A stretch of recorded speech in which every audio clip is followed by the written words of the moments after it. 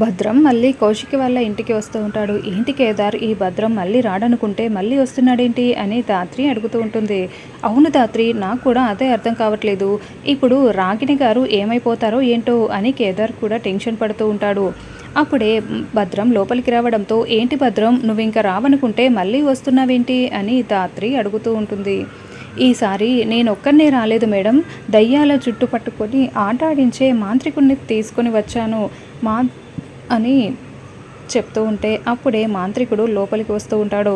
వైజయంతి ఇదంతా చూస్తూ చాలా సంతోషపడుతూ ఉంటుంది.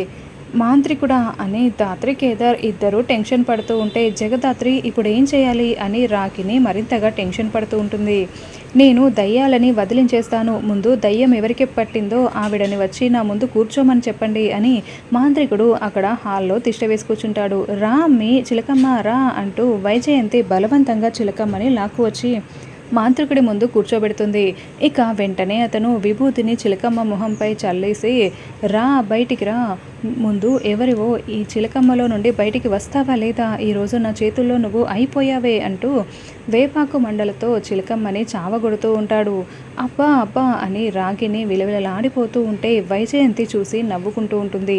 అయ్యో, ఇప్పుడు అత్తయ్యని ఎలా కాపాడాలి అని ధాత్రి కేదార్ టెన్షన్ పడుతూ చూస్తూ ఉంటారు.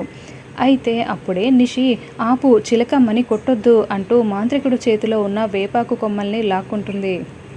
దాంతో వైజయంతి కోపంగా నిషి చేతిలో ఉన్న వేపాకు కొమ్మల్ని లాక్కొని, ఏం చేస్తున్నావమ్మి, ఈ మాంత్రికుడు ఆ చిలకమ్మకు పట్టిన దయ్యాన్ని వదిలించేస్తాడు, మధ్యలో నువ్వు అడ్డురాకు అని వైజయంతి అరుస్తూ ఉంటుంది. వదిన, మామయ్య, ముందు నేను చెప్పేది వినండి. అసలు ఈ భద్రం చిలకమ్మ భర్తే కాదు. చిలకమ్మని ఇంట్లో నుండి పంపించడం కోసం అత్తయ్య ఆడుతున్న నాటకం ఇది. ఈ భద్రం చిలకమ్మ భర్తే కాదు, అత్తయ్య నాటకం ఆడుతున్నారు చిలకమ్మని ఇంట్లో నుండి పంపించడం కోసం అని నిజం చెప్పేస్తుంది.